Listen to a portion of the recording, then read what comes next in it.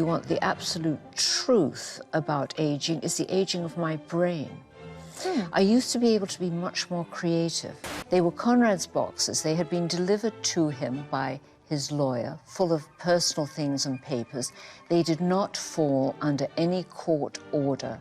But it is possible for a woman to manipulate a man, not simply by throwing a knife at him, not simply by nasty words, but by understanding the emotional dynamics and using them against him.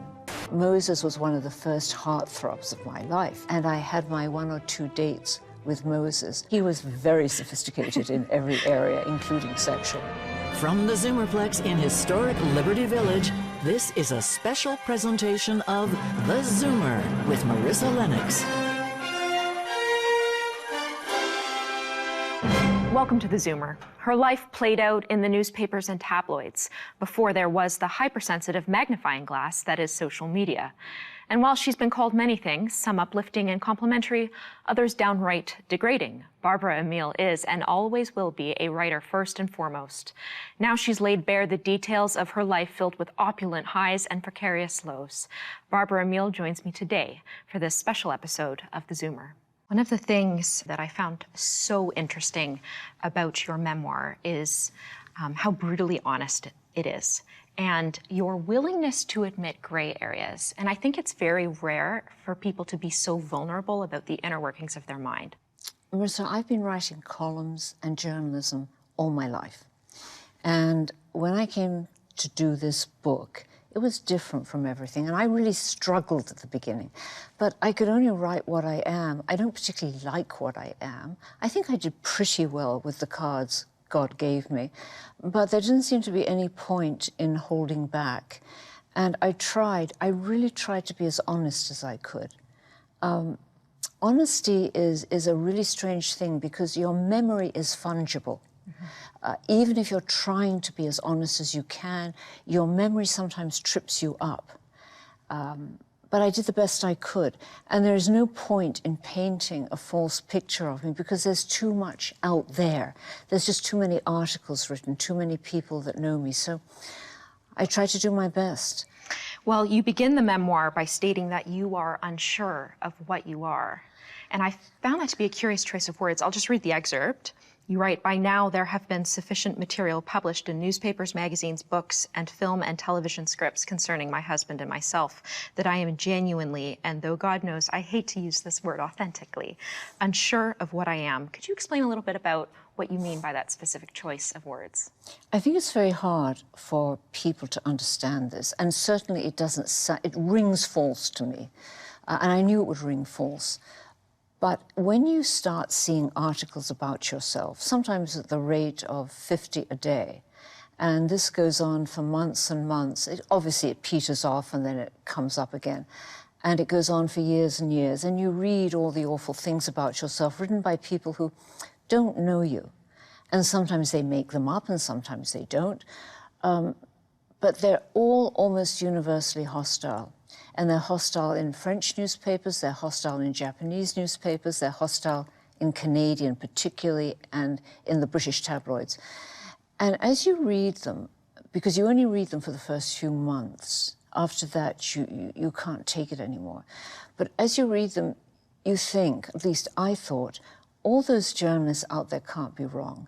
They can't all find me so horrible and hateful if there isn't something intrinsically wrong with me.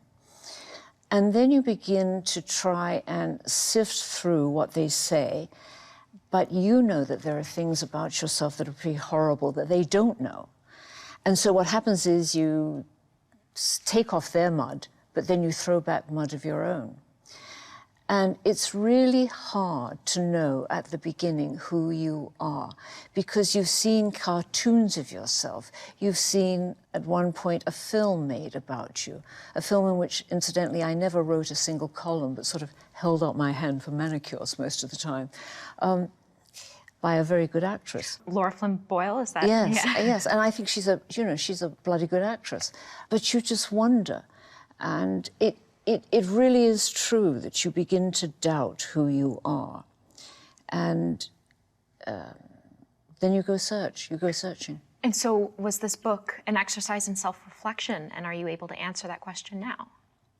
I can't really say that I ever came to grips with my life. I think I've been very lucky. I think I was given many gifts, probably some of which I squandered. Do I know what I have at the end of the journey? Not really. It was something I had to write. It was almost a compulsion.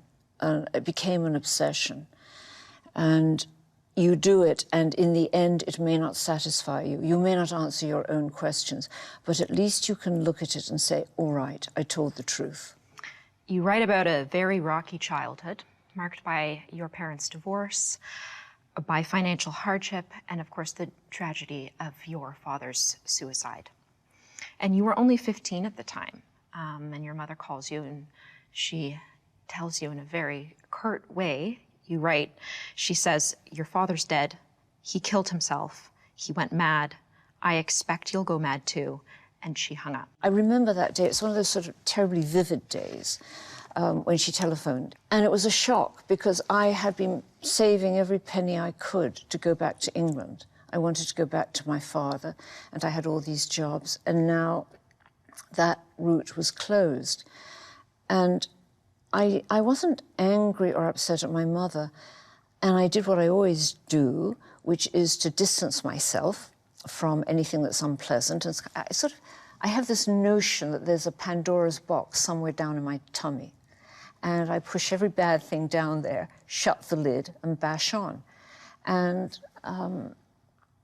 that's how I handled it. I walked down. I had nobody to talk to. I couldn't tell the people I was renting the room from. I couldn't really tell my friends at school. And so I walked down to the beach of Lake Ontario that day and took the day off school. Now, do you think that your father's death would be a source of later patterns for you? How did that shape you as a woman? I never psychoanalyze, and I never went to a psychiatrist. I suspect that if I really started thinking about it, it may have had some effect. I'll tell you what does have an effect and why I'm luckier than many of the children today who find themselves on the streets or without parents. When I was in England, until we left, when I was about 12, I had grandparents. And my grandparents gave me a firm footing in life. My grandfather told me I had to go to college, that I was a Jew. I had to give back to my culture what my culture had given to me. I had to give and be something. And if you have those role models when you're young, you can lean on them when they're no longer around to support you. And that's what I did. I always thought of the fact that my grandfather really liked me. We'll be back with more from Barbara Amiel and her new memoir, Friends and Enemies. And I kept saying, David, I'll die without you, I'll die without you. He said, well, go ahead, kill yourself. And by that time, I was descending into a clinical depression, and that seemed to me to make a lot of sense.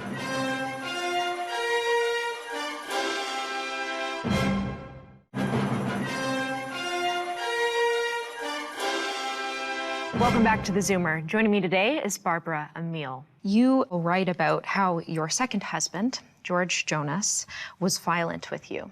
On one occasion, you end up in the hospital with a dislocated jaw. And yet you maintain that you held power over him, not vice versa. You write, my ability to exploit his fear and set off an explosion of physical violence became a weapon in my hands. Several years into the marriage, when guiltily searching for an excuse to explain my affair with another man, I could press this button, causing the violence that Jonas would hate himself for and that I could use to justify my infidelity. I think ultimately I had the upper hand. Now, our modern understanding of abuse, certainly colored by the Me Too movement, would see this power dynamic between the two of you very differently, as you as the sole victim. Why was it important for you to frame the story this way? I'm not framing it. I'm telling it exactly as it was. And this is clearly not the question for women who have alcoholic husbands or pathologically sadistical husbands. In this case, I think we were both to blame. And this is not the whining of a woman who needs abuse and went back for it. This is a cold-hearted look at how that relationship worked. George Jonas was a brilliant man. He had gone through the Holocaust. He had gone through the communists.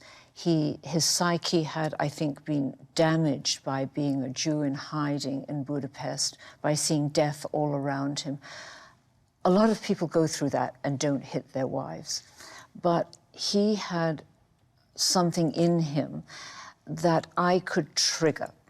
He was very scared I would leave him. He was very possessive. And I always knew how to exploit that. And when I was doing something that I was ashamed of, I knew how to get him sufficiently insecure that he would slug me. That won't make sense to contemporary people. They'll put that through the filter of, as you say, the Me Too movement or whatever is fashionable now. But it is possible for a woman to manipulate a man, not simply by throwing a knife at him, not simply by nasty words, but by understanding the emotional dynamics and using them against him. I loved him very much. He loved me very much. And when I was at his bedside, when he was dying, I looked at him and I thought what my life would have been if we'd stayed together and had written together and worked together. And he read my thoughts. He said, "It wouldn't have worked, babe. One of us would have killed the other." Well, that's right. You do maintain a very strong relationship with him yes. throughout your life. Now, you were a pioneer of the women's movement, the first female editor of the Toronto Sun. And today you describe feminism as a plague of boils on the body politic. Because I'm talking about professional feminism. I grew up in a family where women always worked. My great-grandmother came from Russia in the late 19th century, and she got a job and looked after her 4 children as a single mother after graduating from the College of Midwifery in London. Everybody worked, every woman worked, and I always had the feeling that I could be anything I wanted. I didn't know about glass ceilings. I didn't know any of that stuff till I came to America, to North America. When I first got married, I refused to change my name, and that was in 1963 or 4. I didn't want to wear a wedding ring. These things just seemed unnatural to me. And it wasn't because anyone told me they were unnatural. Perhaps it was because I was living alone, and I didn't have a mother to explain to me how being a wife worked. And what happened to feminism, in my view, was that it infantilized women. We're strong. I always resented the feminists because they told me I was equal when I knew I was superior to men. And it seemed to me a deal that I didn't want to make. And now they do tend, the professional feminists, as opposed to women who are actually out there being feminists, they tend to infantilize us. We have to be looked after. We have to be careful.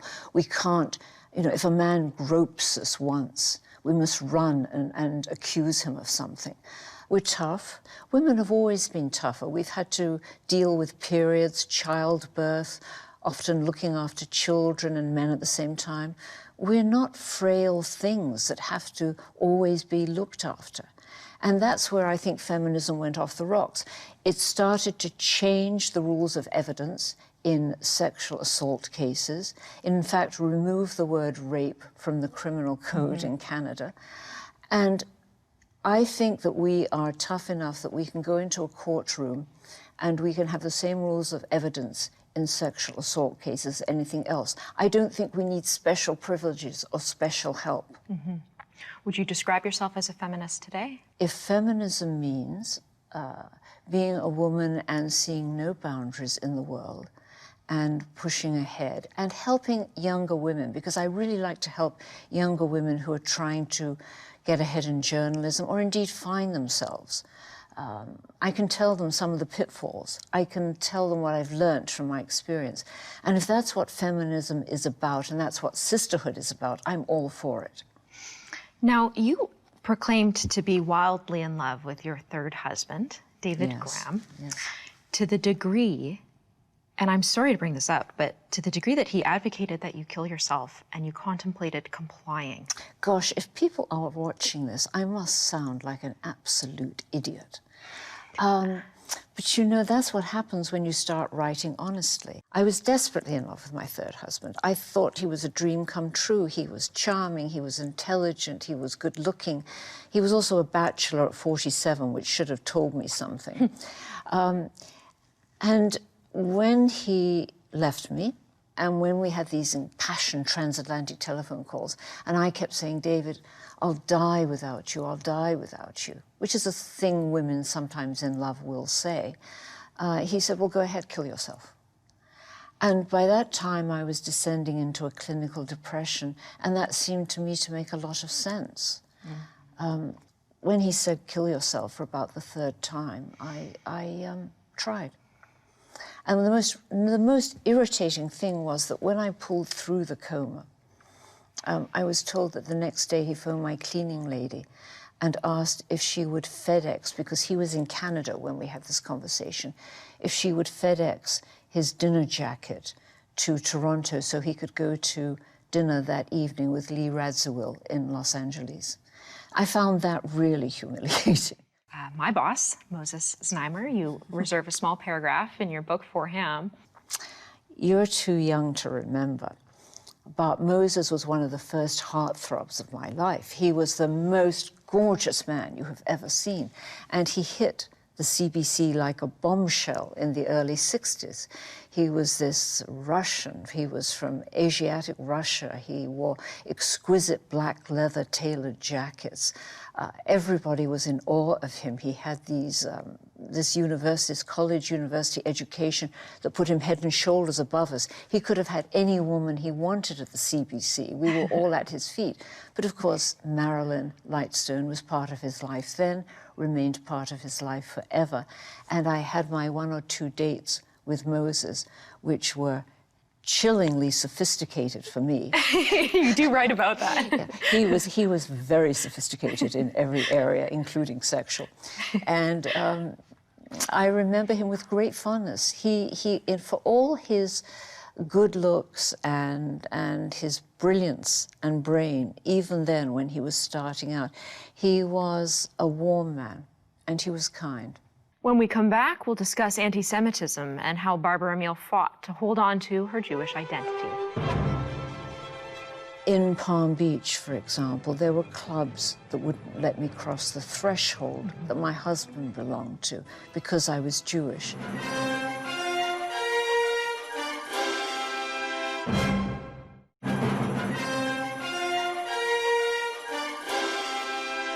Welcome back. I'm here with Barbara Amiel to discuss the revelations in her memoir, Friends and Enemies. You can see through the book the fact that you being Jewish is an important detail.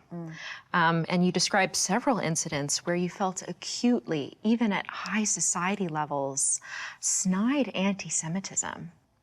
The word anti-Semitism has to be used very carefully, because I think sometimes particularly in North America, but probably in England too, Jews are too ready to call anti-Semitism too fast. And there's a lot we can take. I mean, all groups dislike other groups at some point.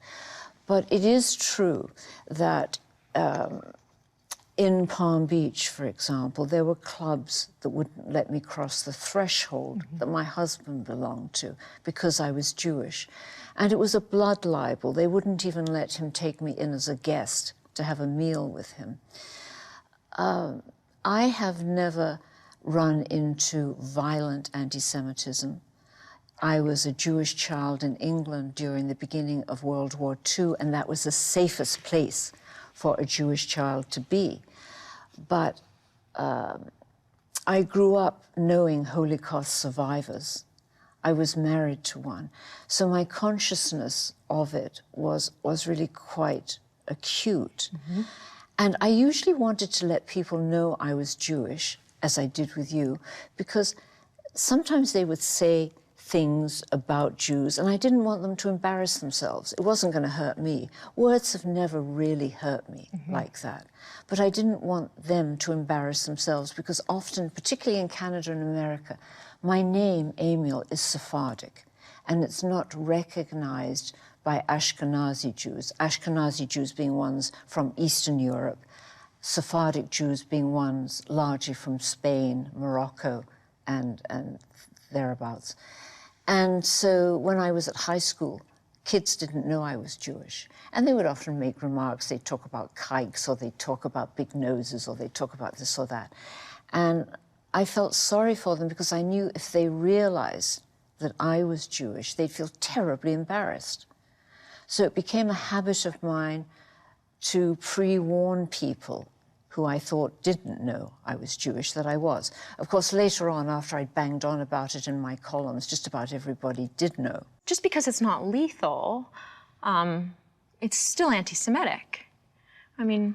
Well, yes, it is. Or to bar Jewish women from clubs. No, I particularly dislike that, although I think private clubs should be allowed to.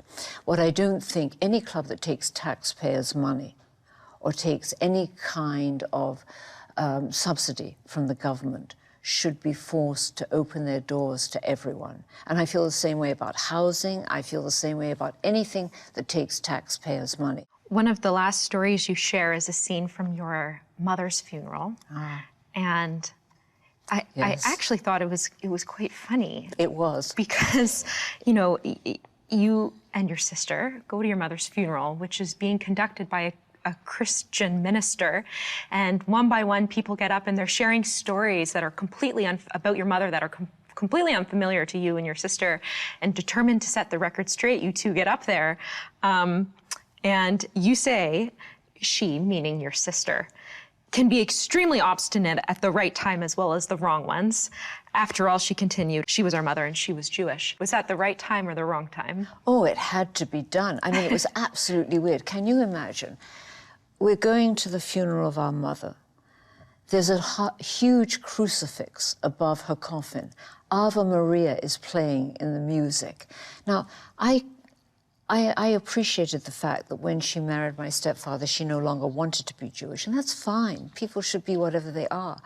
But when Ruth and I sat there, my sister Ruth, and listened to descriptions of this woman who did square dancing, did flapjack making, knitted, embroidered, we looked at each other, and my sister very wittily said, and rather worriedly said, could there be another Vera Soames, which was her name? Because we couldn't believe we'd come to the right place. And since everyone was telling stories about her past, we framed it in the sense that we were her British past. And this was part of her heritage, of which at one point she was enormously proud. She came from a very, very distinguished rabbinical family that went back centuries, and it was in her name, it was her middle name. And so the two of us went up. I don't think it disturbed anyone in the audience because they didn't have a clue what we were talking about, except for one cousin who was there from England. And he afterwards said he appreciated it very much. We'll be back with more from Barbara Amiel and her new memoir, Friends and Enemies. There were one or two people who I thought would stick by Conrad, who had been his friends all his life. It surprised me when they deserted the ship, and it hurt.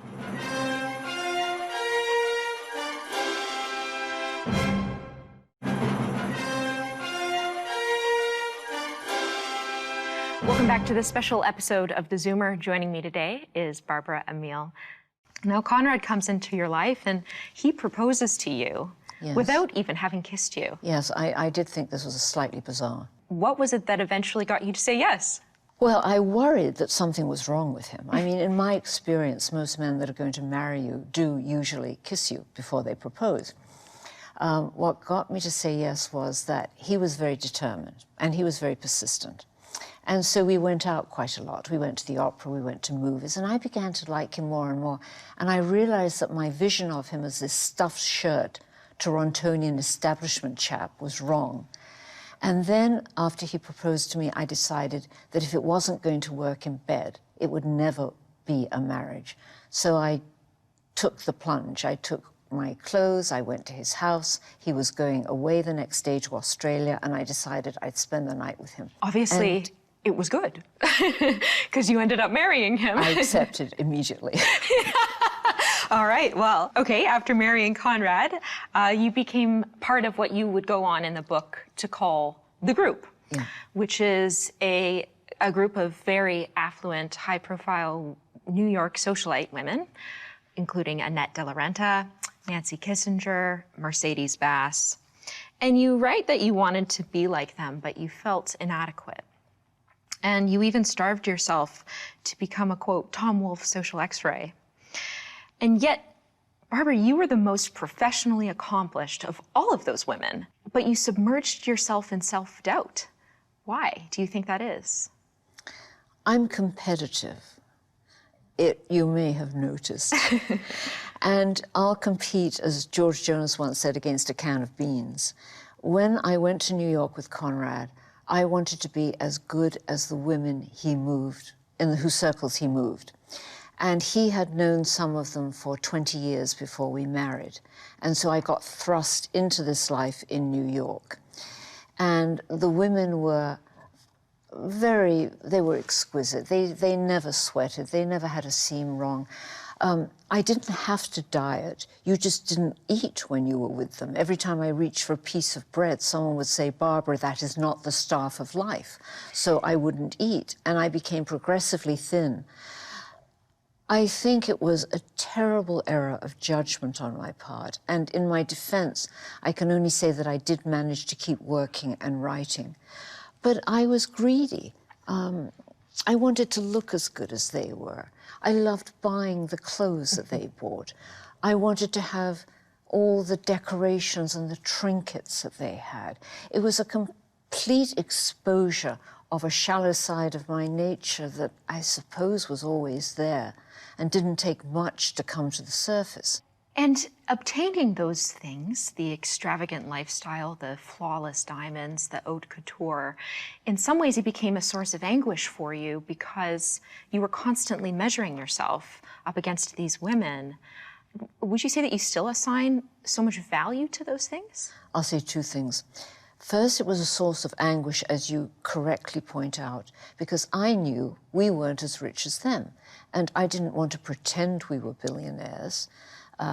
And I was spending money that I knew I shouldn't be spending, although Conrad said he kept an eye on me and I never really went totally overboard.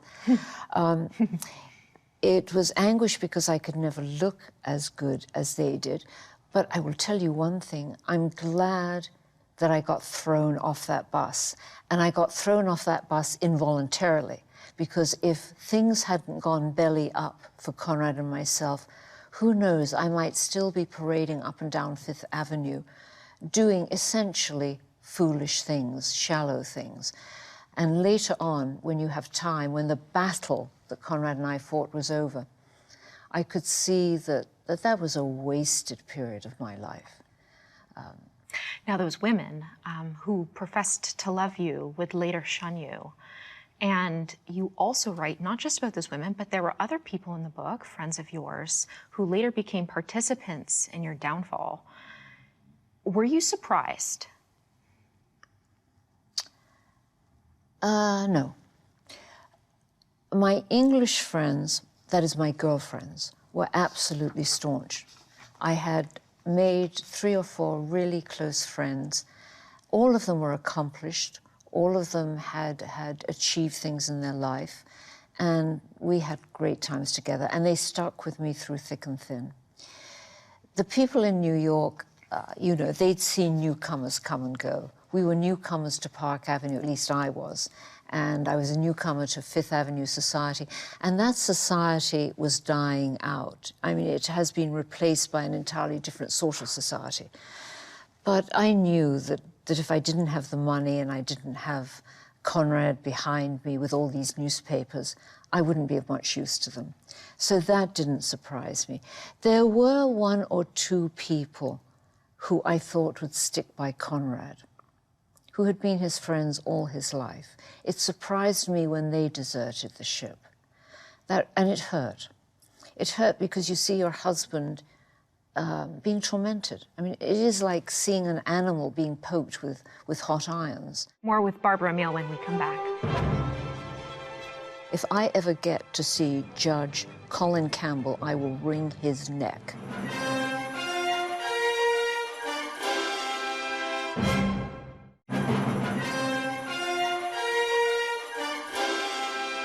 Welcome back to theZoomer. I'm here with Barbara Amiel.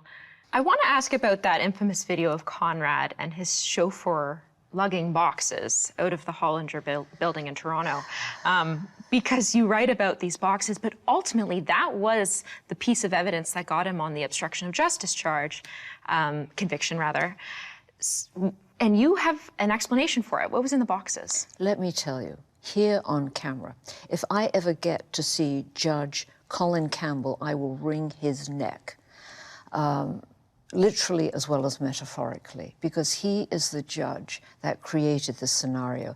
He knew those boxes were Conrad's to take, and that's why he couldn't give him a contempt of citation, contempt of court citation, which the opposition tried. They were Conrad's boxes. They had been delivered to him by his lawyer, full of personal things and papers. They did not fall under any court order that said he had to keep them. He was allowed, he had permission to take them home from the head of the company. And for whatever reason, it was videotaped by cameras that Conrad had put in. And the opposition took this videotape to Justice Colin Campbell, who thought, well, I can't cite Conrad for contempt of court because those papers were his to take out, but I think I'll show that video anyway. And he showed it to the press, and the press had a heyday with it.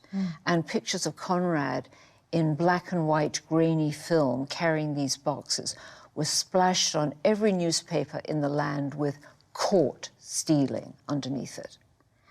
And in the end, that was the single charge that kept Conrad in prison for the second time. Your defense of Conrad was exemplary, and newspapers would write that you would inevitably leave him. Even Conrad himself gave you an out, said he wouldn't blame you for leaving him. Was that ever a question for you? No. Why not? Why would you leave the man you love? I mean, I know that sounds simplistic. It's just that I really did love him. And we were going through this together. You can't go through something like trials and jail, taking a runner from it. And Conrad had done so much for me. He had given me emotional strength. He had turned me from this slightly, well, I think, neurotic being, emotionally vulnerable, frightened a lot of the time, putting on this very tough front, into a much fuller person. And I couldn't leave him. I simply couldn't. There was nothing that could have separated us. What is it about your relationship that you were so willing to fight for? Because A, because he's innocent. B, because he's a man of such extraordinary brilliance and kindness and tenacity. I admire tenacity in people. I've never met anyone that combines the qualities of kindness, of intellectual muscle, of faith and rigor as I have in Conrad. And what's your relationship like today? Has it changed? I don't think it's changed, but we are both so anxious to start enjoying life again. And when he got out of prison, we thought we would just start normal life again. But unfortunately, there were still more civil cases and civil cases and civil cases. So I would say we only got free of the last shackles in the last year.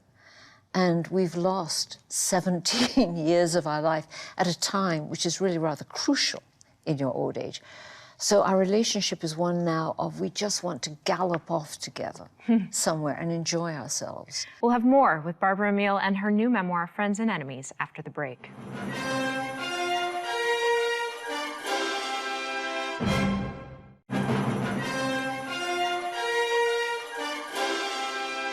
Welcome back to this very special edition of the Zoomer as I go in depth with Barbara Amiel, also known as Lady Black. How has aging been on you? Aging, body changing. Well, you know, there is that wonderful phrase, aging is not for sissies. And I'd say that triple squared. It is, I think, particularly difficult for women who at one point in their life have been considered attractive. Because you have to face the fact that cars are not going to stop in the street, that you're not going to get doors opened for you, so you have to rely on other qualities.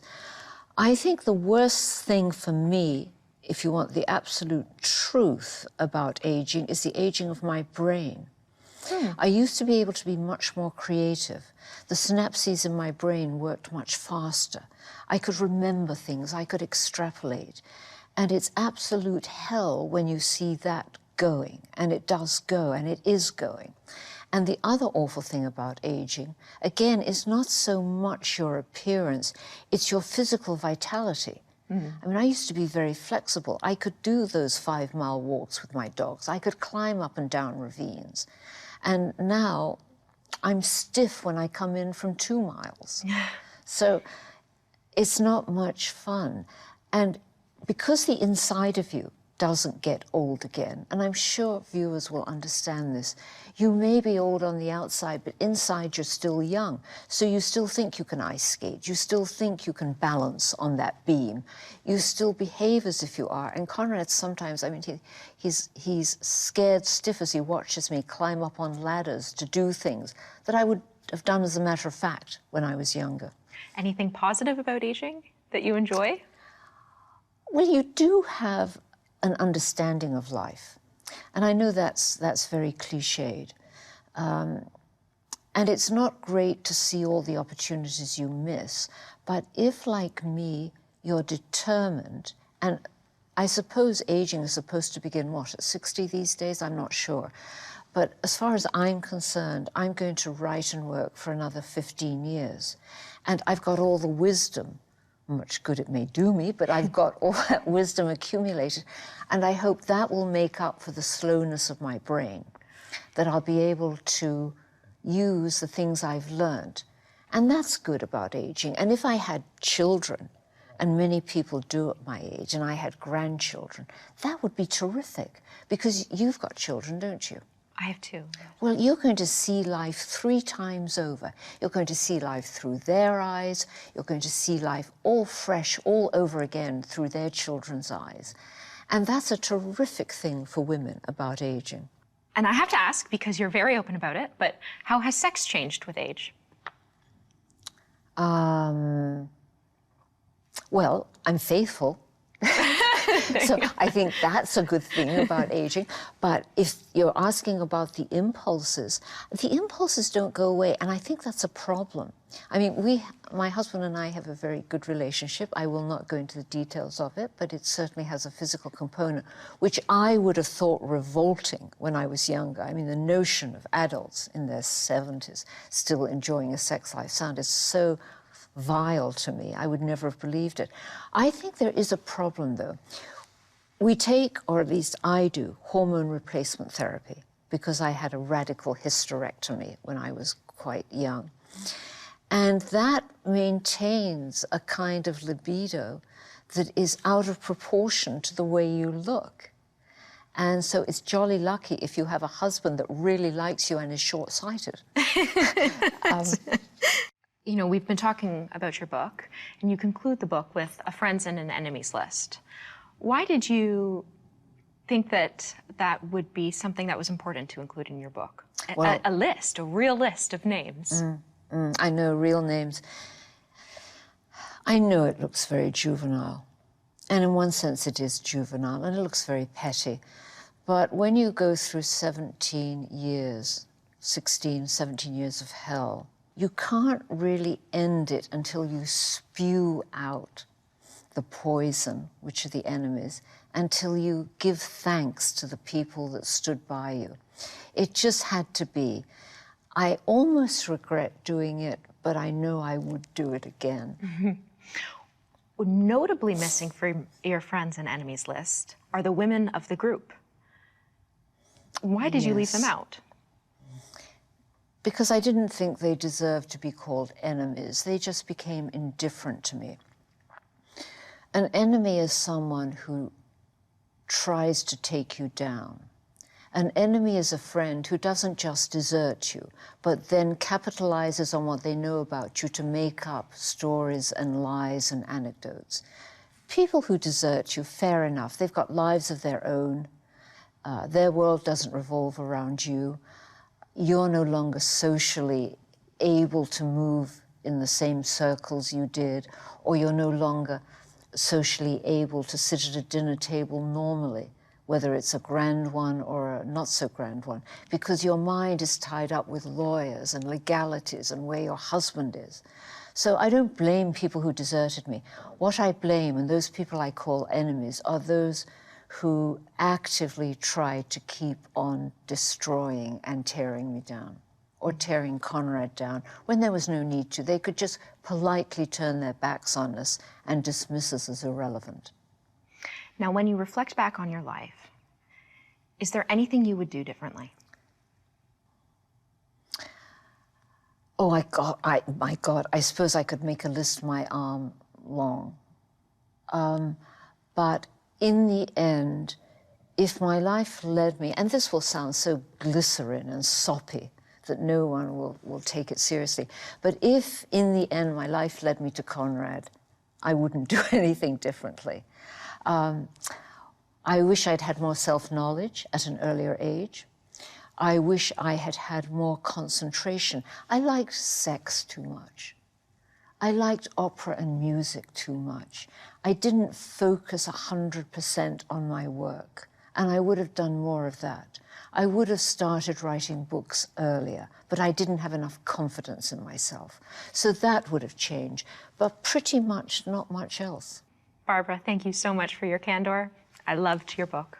Thank you very, very much. I'd like to thank Barbara Amiel for joining us, and a special thanks to you, our audience at home. We'll see you soon.